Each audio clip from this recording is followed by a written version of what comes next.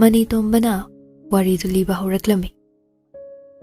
Mekirasna Mani nang na thasaba mi ma paikhombagi manakta thamsi. Mani tombana hoine chahi kya muki dausige. Nupa nati nupi thamsi. Paikhombadi nupi ni bohairadi ma kaishu daur. Nupa oiradi shoidana mari makong thigalakpasu yai.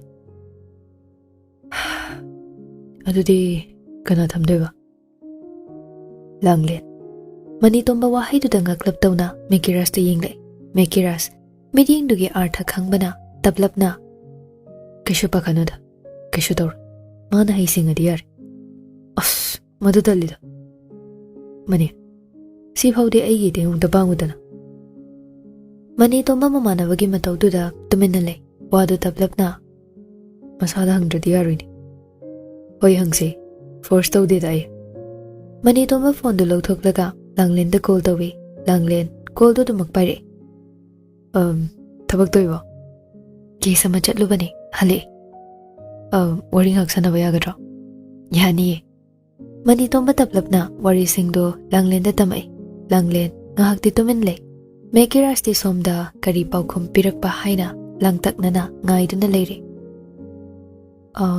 Kyam kuiba matam no 5 or 6 months kumba Sangman bra Aday manong dadi tawsi Kushaladi isa se for Adugi di ifanabasin gini Ahoy Asumna Wari du liba loirakpada Mani tomba na haire Maasu nupigi ka palakpado da Nungay taba bhawbazani da Ay shuma yarakpada ini Kiyesi dahi na pugning lupsin bani Onthok ba Ekoy sir siso Pakatlini na inang ba Ahoy ni Adubudi chumba sir Pataba mayam duda Kininga iba machangagdani Adu nini Aduda kamay matum thamduino Mangja doise ay dang na draw Sir Long to ase Kiyesi loraga Adu na faradra Hoy sir Mathasu sanada na ba sinafar Adu kiyesi da puna wami na bagi Party hindi tawba yayda Tawsi Mikiras na siya tawsi na haibani Nina ta na layraga tawsi kan bagi Tumina laybani Ay hayraki Ngaira ba ni sir Kuhilagum si ko Si haido na anido puna no eh Somda Sinthoibaga Roger gado Bimoti ki manakta lay Sinthoiba nokfet daw na Ima Pakatlano Hausikti ka na sulandre Mekiras lande haiba Mipum kuding na kanga daw rabani Korta puthoni Aduna Adum kese Thuna lo sila daw ni Ipungo Ichana ibu yam waraw ramani Aiba mukta ichagi manakta pubi uba Jasima Ay manida call daw raga haigi Karigila na kanduino Kaishu kanda banida Ngahaki sauning bagi daw bani Ima hoy dane Mana kaishu kanda bani Aigi chani ma Mama aibu waraw ramani Amadi Mama aibu waraw bahin mandana Pumnamak putadok tu na chitkredana Sinthoiba handamuk diwa makhata rakhidre Masado ifun fungalak bagum tawi Thamoy masu tanja sida Tanik pa ihol ama phawre Roger matawdu khangladuna Wado marak fat thalay Ma Kaishu khanjalo nuda Laibagta sumtho o haina tamak bagini Ipungo Magi laibagse Tongdam tina tamam Kaishu khanganu dayma Haukraba thawdok mayam tu ningsingaga Kaibu kanagani Haukradi Lakadawriba sida Mayo ansindunane Kari na phani Kari tawni haina khanduna Nungay na layrase Awaba saruk loikre Nungay ba mayam na Pikthan kadawraba nima Asumna Roger na bimoti with him jinbe Somda Boris ka paikhombaga do Wahang kaya hangi Adubu khumla iba paukhum singdo Amaga manade Mani tomba paukhum singdo tabada Haifet nokfet tawi Aduga tablap Boris ta yenglaga Phasana ingna tapna hanglingay sidane Limna chumba paukhum do khumla uda Chay thanga o indawra sayro Boris so osituna noe Aduga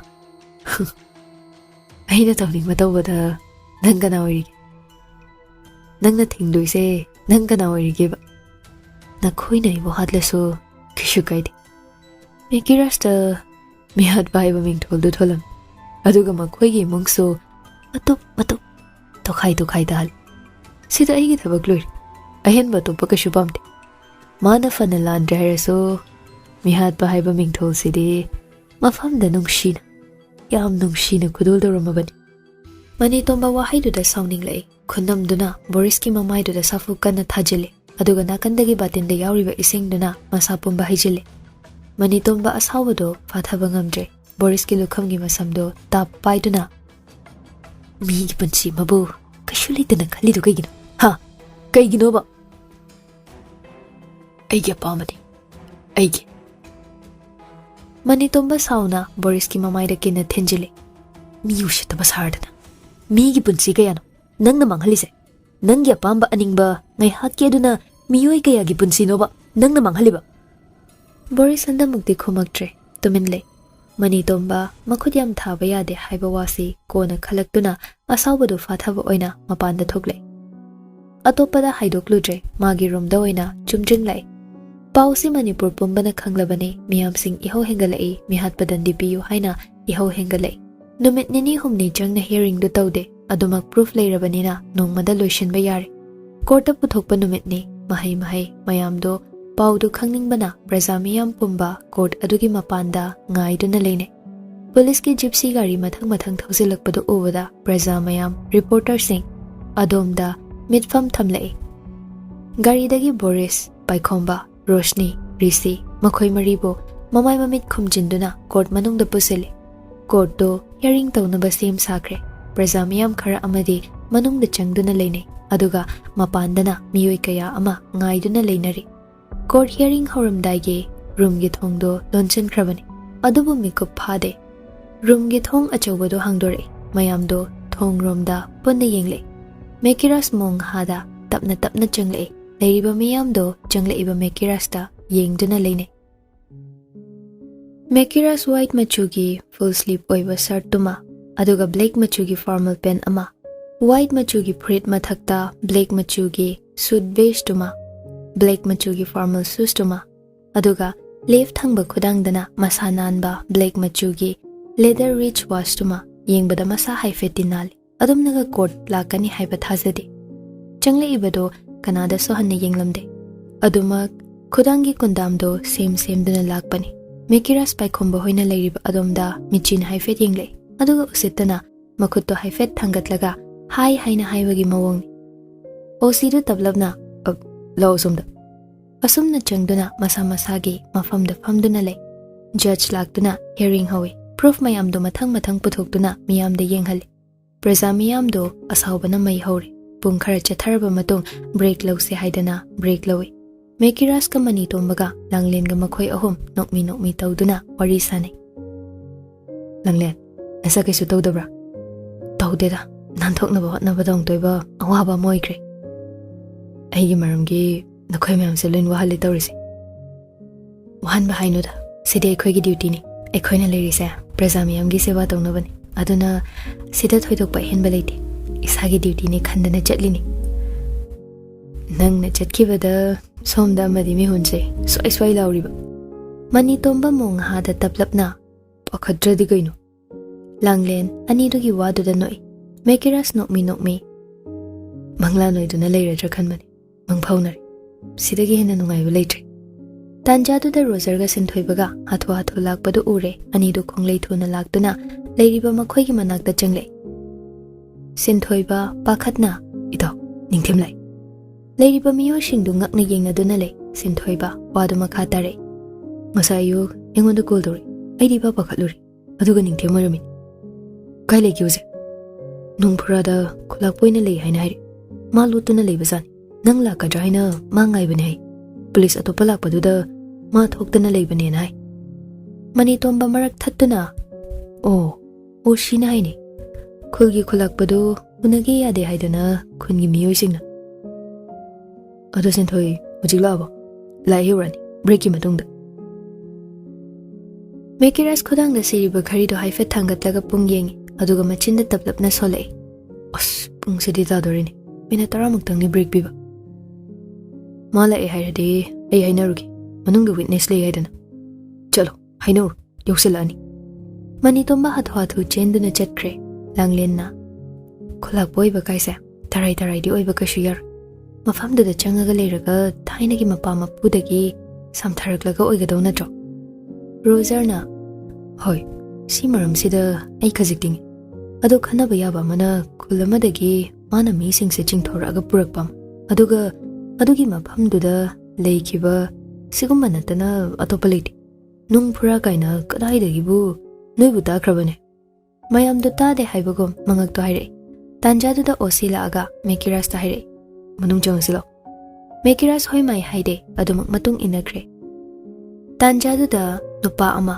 makoi ichom chomba haufi achauba ama induna tapli tapli lai rozer haifet yeng tho obani nupa do obada ngaglapna sining thimro wahai duda langlin ga sinthoi baga so haifet yeng lai sinthoi ba taplapna mal ai shu kaw nahawi ngai giduga hojikadi nupa do leiriba ahum dagi manak changle aduga nokfet tawna court ki hearing tawriba room sibo asomdani oh wahai si khak hairam laga chatpa hokre leiriba makhoi ahum do amana amada haifet haifet yeng adu wadi ngangna de sinthoi ba taplap khongthang thangduna nupa dugi matung inakhe ani du su kashu ngangna dabi sinthoi bagi matung inare nupa du thong hangdok tuna changlai aduga famdana leiriba mayam adomda mit ani du otuna thiba hoy ure ihan hana famdana leiriba mekiras nupa du mekiras ki manak tamong hada changlai mekiras ude nakandagi lawyer duga wari sanaduna le nupa du ani dugi manak ta changa aga tung oirap lepe aduga taplap kaure mekiras khonjal duda haifet yeng thokloi al khajik oiraba nupa ama leptuna lerambadu ubada kana ningthem mekiras phamlambadagi fu khogale aduga nupa dugi manakta change ningthem nokmi tawduna achumba asingba waloina ngasi de hairadaban ngasi gi matamse ai ngai duna leiraklibase kuirabani ne mani tomba su changlaktuna ningthembu maga loina duna leirage haiba wase hairame judge laktuna makha amuk chathai mani tombana request tawrubada irai laina yarakpana ningthem witness oi lawyer ma changlaktuna ningthem da wahang kaya hangba hoy wahang khra hangjarke kishu pakat bigano asingba chumba pakhumda miyam da libiyo hoy ai lijagi ihan hanba wahang da nungphura haina khulama tari base kamdawna takribano khul si subnagi 2015 da linkhat kiba khulamani haina ai haijagi miyam da sigi wasina chamamnaba oiduna leirare haiba ai khang nungphura hairiba khul ase aina thonkibani khul ase isamakna semkibani isana chingnaba khara leirakpadagi mafam sida aina yum saraga leiba hodoke aduga chingdagi khara lapnana leiriba khulgi miyoi singdo khulama tare mi ama tare haina khangnarakpadagi mafam sida taba hokriban aina khul singda chatuna mafam sida leisi haidana haibadagi yum mari manga mukti lei madudagi mathang mafam sida khundarakpa hokhribani nungphura haina thonkribasidi surungdongna tawba mafam ama lei masida nung achawba ama khinduna leiban adudagi khungi ahal singa tawduna panna thonkibani lawyer wadu taraga mathangi wahang amu khangle adu somna haibikibada thodok ama hai krisi kari thodokno ningthem michina pai khombadadi khaji yengle rape case amagi thodokni sir hoina su hena khangbir 2015-16 chaurakpa phajana khangtri maduda ai siroi express da reporter oina leijaram chahi phade subnagi tha kharan maduda thokiba thodo numitto nong su khaji khikli margin gi chingya duda report laururaga halakpan gari thau loikibadagi mafam duda ai ngaiak pallagale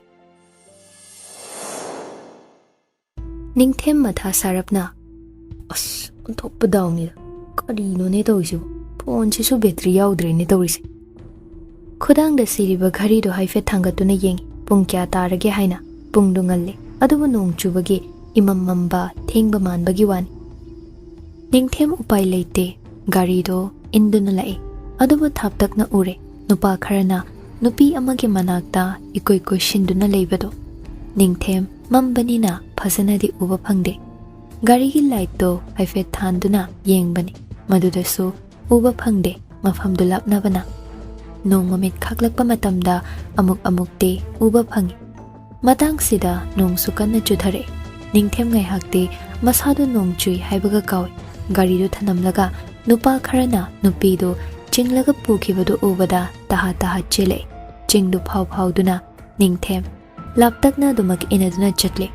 Labuk mayagi chingyagi nakan amada khangpok sang macha ama leiriba adomda pushin kibadu ure. Ningthem khonglei thuna laktuna ching mathakta pakthaduna sit situna lai. Ngahakti makhoi singna wari sanabado taduna lai. Ma bhab oirude camera yauri haibado. Adubu khangning ningsinglakpada begdagi camera du lauthoklaga video name zoom tawduna. Khonjel do pakna hauna tadrabaso khajik khajikte adumak taba phangi. Paikhomba thoklaaga nupi machadugi maramda wafam khara hairare. Tanjaduda nupa naha ama changlaktuna Paikhomba mamang oirap lipsile. Ningthem camera do khajik thangalakpani. Matangduda Paikhomba na khanglau laure. Hey, asida mim leirne. Ningthem khangboi lakboi fukhagatuna mafamdudagi chile. Tanjaduda nongmai makhol ama tare. Ningthem nupi machadugi nungaitaba phaure. Masado kibana su thak thak nekle. Khonglei thuna chenduna mafamdudagi thokle. Tanjaduda auto ama lakpadu uraduna nonglaktuda auto du khamlaga tongduna chetkre. Paikhomba auto dugi matung inare auto thoriba nupado masadu pakhatpana yadre. Ningthem lawai lutondo bang bang sai ma kari tawgadabano tasengna khangdre. Mayumromda thousande parihan hoiromge adomda lai auto thoriba nupado ningthembo manung phawba thousand biyu haiba yadre. Manung damda thousand biyu ba. Ai ngamjar sidai dum changbigro. Manung dani ne leirisi. Paisa hena pigi. Paisa ga pamjadre. Paisa ga pibiramano. Thawai sidadi ai henghorki. Ungta kumdabi. Phanangang na rasu yadre ningthem upai leiraroi khanduna chama chapi ani lauthoklaga auto driver du da piramlaga manungda khonglei thuna changle. Parihan ningthem na pungchot na laklibadu ubada ngaklap gari du khamle. Ningthem de nakanda gari khamlakpaduda masadu kizaba phawre. Adu parihan oirambaduda gari da tongkhatuna lai. As kaino doiside kadai chaluino. Wari amle. Ai haike. Oini tapthauni. Ningthem taha taha wari singdu mathang mathang lire. Parihan wari du da ngakna taduna le. Kamdorage. Khangde nongmai makhode taki. Nupi machado siramgadaba mali. Video clip tudi kadai chakraba. Yengo budorage. Engondale. Si haiduna camera du puthoklaga yenghale. Parihan video do pen drive ahumda copy tawshinduna hapchile. Ningthem haujikta da khangle nupi asi mana oja oina thabak tawramba school adugi mapugi machani haiba. Ningthem numittudagi masado akiba tuzungba phawre. Magi nupi da wafam kaya sinarame. Asomna wari du liba loiraga Ningthem amuk makha tarai lawyer duda. Madudagi ai shudum mirot oina iming lotlaga isak lotlaga leiribani. Pen drive ahumdo parihanda mapirame. Aduga aigi nupida so mapiram. Aduga kamaigi lamsida aina chattuna chaphu manungda hapchilaga lai tinne haiduna sasinnaba wahi kaya ama hairaga chahi asuk sangbase aina thanambani. Lawyer duna adudi chaphu du nang hangdoi karamna khangino. Mafhamdugi miyoi singsi ka hena lai tinda thazabo oibaduda aina Jesus ki thawai yauri bani sida changhanganu awaba tani haiba wahi khara sisinaduna aina thamki bani ai khangi moi ka shushoklo heba. Aduga nangna leiriba nongpuragi mafhamduda thanamdribasina karigi. Aina leiriba mafhamduda thamba yade. Paikhomba mi asiba hondokpham oi. Maram aduna maduda thamba yade. Aina khangliba wasidi Paikhomba khaktang hana khangban. Boris khangde. Madi ko na pausi daban. Asomna wari singdu mathang mathang liduna khanghalli. Proof leirabanina adumag dandi pibada taki IPC section 302 amadi 316. Aduga human trafficking giso mari leinana IPC section 370 amadi 370A panduna punsi chuppa jailda leiba haina hainare. Mekirasti lupa lakh manga fine tobada taki jailda yokidre. Mekiras mong hada Boris ka Paikhomba gi manakta changle. Aduga ꯑꯍꯦꯟꯕꯗ ꯌꯥꯝꯅ ꯃꯤꯇꯥꯔꯗꯤ ꯄꯨꯟꯁꯤꯒꯤ ꯗꯟꯗꯤ ꯐꯪꯕ ꯇꯥꯕꯅꯤ ꯌꯥꯝꯁꯨ ꯑꯍꯦꯟꯕ ꯊꯤꯒꯅꯨ ꯋꯥꯗꯅ ꯅꯨꯡꯉꯥꯏꯕ ꯊꯤꯕꯁꯦ ꯐꯠꯇꯦ ꯍꯥꯏꯕꯁꯤ ꯀꯧꯔ ꯃꯥꯜꯂꯦ ꯃꯊꯪ ꯃꯄꯣꯛꯇꯗꯤ ꯁꯤꯒꯨꯝꯕ ꯄꯨꯟꯁꯤ ꯃꯍꯤꯡ ꯑꯃ ꯍꯤꯡꯗꯅꯕ ꯍꯣꯠꯅꯔꯣ ꯋꯥꯗꯅ ꯅꯨꯡꯉꯥꯏꯕꯁꯦ ꯃꯇꯝ ꯈꯔꯒꯤ ꯅꯨꯡꯉꯥꯏꯕꯩ ꯋꯥꯅꯤ ꯁꯤꯅ ꯄꯨꯟꯁꯤ ꯆꯨꯞꯄ ꯃꯔꯤꯛ ꯃꯍꯥꯎ ꯊꯣꯛꯅ ꯅꯨꯡꯉꯥꯏꯕꯗꯤ ꯌꯥꯗꯕꯅꯤꯅꯦ ꯑꯅꯤꯗꯨ ꯎꯄꯥꯏ ꯂꯩꯇꯦ ꯇꯨꯃꯤꯟ ꯂꯨꯛꯊꯗꯨꯅ ꯂꯩ ꯃꯦꯀꯤꯔꯥꯁ ꯃꯅꯤꯡꯗ ꯂꯩꯔꯤꯕ ꯔꯤꯁꯤꯒ ꯔꯣꯁꯅꯤꯒꯒꯤ ꯃꯅꯥꯛꯇ ꯑꯃꯨꯛ ꯆꯪꯂꯛꯏ ꯄꯪꯉꯤꯗꯀꯣ ꯃꯤꯅ ꯋꯥ ꯈꯔ ꯍꯩꯖꯤꯟ ꯇꯝꯁꯤꯜꯂꯒ ꯅꯕꯥꯅꯤꯅ ꯊꯥꯖꯔꯒ ꯃꯈꯣꯏꯒꯤ ꯃꯇꯨꯡ ꯏꯟꯅꯔꯤꯕꯅꯤꯅꯦ ꯅꯤꯡꯊꯦꯝꯁꯨ ꯃꯆꯥꯅꯨꯄꯤꯒꯤ ꯃꯅꯥꯛꯇ ꯆꯪꯂꯛꯏ ꯐꯥꯒꯤ ꯕꯦꯝꯃ ꯑꯆꯨꯝꯕꯅ ꯀꯔꯤꯅꯣ ꯑꯔꯥꯟꯕꯅ ꯀꯔꯤꯅꯣ ꯍꯥꯏꯕ ꯋꯥꯁꯦ ꯊꯤꯗꯣꯛꯇꯅ ꯅꯪꯅ ꯀꯔꯤꯒꯤꯅꯣ ꯃꯈꯣꯏꯅ ꯍꯥꯏꯔꯦ ꯍꯥꯏꯗꯅ ꯅꯪꯕꯨ ꯍꯦꯛ ꯄꯣꯛꯆꯕ ꯅꯃꯥꯕꯨ ꯅꯈꯨꯠꯃꯛꯅ ꯍꯥꯠꯂꯤꯕ ꯄꯪꯉꯤꯗꯀꯣ ꯏꯄꯥꯒꯤ ꯕꯦꯝꯃ ꯄꯥꯅ ꯅꯪꯕꯨ ꯀꯟꯕꯒꯤ ꯊꯧꯅꯥ ꯂꯩꯇꯦ ꯄꯥꯅ ꯅꯪꯕꯨ ꯀꯟꯗꯦ ꯍꯥꯏꯗꯨꯅ ꯅꯪ ꯅꯄꯥ ꯑꯩꯕꯨ ꯁꯥꯎꯒꯅꯨ ꯆꯍꯤ ꯀꯌꯥ ꯆꯨꯞꯅ ꯋꯥꯅ ꯊꯤꯔꯤꯕ ꯃꯌꯥꯝꯗꯣ ngasi mikupsida awabagi saruk-singdo kokhraboi ning Mekiras maithongda nokmi tawrei aduga sinthoibagi manakta changle sinthoiba Mekiras bo chetna konsinje ida abem dungai na lerani ikhoi mem ki abem da dungai na leramani kapkanu se abem dungraga dungai abem da igi mangda mugne yambung nangna ꯑꯩꯒꯤ ꯇꯝꯆꯥꯁꯦ ꯀꯞꯍꯜꯂꯤꯁꯦ ꯍꯥꯏꯔꯗꯤ ꯑꯩ ꯗꯜꯂꯤ ꯁꯤꯟꯊꯣꯏꯕ ꯋꯥꯗꯨꯗ ꯅꯣꯛꯂꯛꯑꯦ ꯃꯦꯀꯤꯔꯥꯁ ꯄꯠ ꯍꯥꯏꯔꯛꯑꯦ ꯑꯩ ꯊꯕꯛ ꯑꯝꯇ ꯆꯠꯂꯨꯒꯦ ꯋꯥꯁꯦ ꯍꯥꯏꯔꯝꯂꯒ ꯍꯣꯠꯇꯅ ꯆꯦꯟꯆꯠ ꯇꯧꯈ꯭ꯔꯦ ꯕꯤꯃꯣꯇꯤ ꯄꯥꯈꯠꯅ ꯀꯔꯥꯏꯗꯅꯣ ꯏꯕꯨꯡꯉꯣ ꯌꯨꯝꯗ ꯆꯠꯂꯁꯤꯅꯦ ꯍꯣꯏ ꯍꯜꯂꯛꯑꯒꯦ ꯀꯨꯏꯔꯣꯏꯗꯣꯏꯃ ꯑꯩ ꯊꯕꯛ ꯑꯝꯇ ꯐꯠ ꯆꯠꯂꯨꯒꯦ ꯁꯤ ꯍꯥꯏꯗꯨꯅ ꯈꯥꯝꯗꯨꯅ ꯂꯩꯔꯤꯕ ꯕꯨꯂꯦꯠꯇꯨ ꯊꯧꯗꯣꯛꯂꯒ ꯃꯐꯝꯗꯨꯗꯒꯤ ꯊꯣꯛꯈ꯭ꯔꯦ ꯒꯥꯔꯤ ꯊꯧꯅ ꯋꯥꯈꯜ ꯈꯜꯂꯤ ꯁꯅꯥ ꯑꯩ ꯂꯩ ꯉꯁꯤꯗꯤ ꯑꯩ ꯂꯩ ꯆꯩꯅꯤꯡꯕ ꯉꯥꯡꯅꯤꯡꯕ ꯃꯌꯥꯝꯗꯣ ꯄꯦꯟꯅ ꯆꯩꯔꯣ ꯑꯩ ꯇꯥꯔꯗꯧꯕꯅꯤ ꯀꯩꯁꯨ ꯍꯥꯏꯔꯣ ꯑꯩ ꯁꯥꯎꯔꯣꯏ ꯅꯣꯛꯃꯤꯟꯅ ꯂꯩꯔꯝꯃꯨꯀꯣ ꯒꯥꯔꯤꯗꯨ ꯁ꯭ꯄꯤꯗ ꯀꯂꯞꯅ ꯊꯣꯏꯁꯅꯥ ꯍꯣꯏꯒꯤ ꯌꯨꯝꯂꯣꯝꯗ ꯑꯃꯨꯛ ꯊꯧꯙꯔꯛꯏ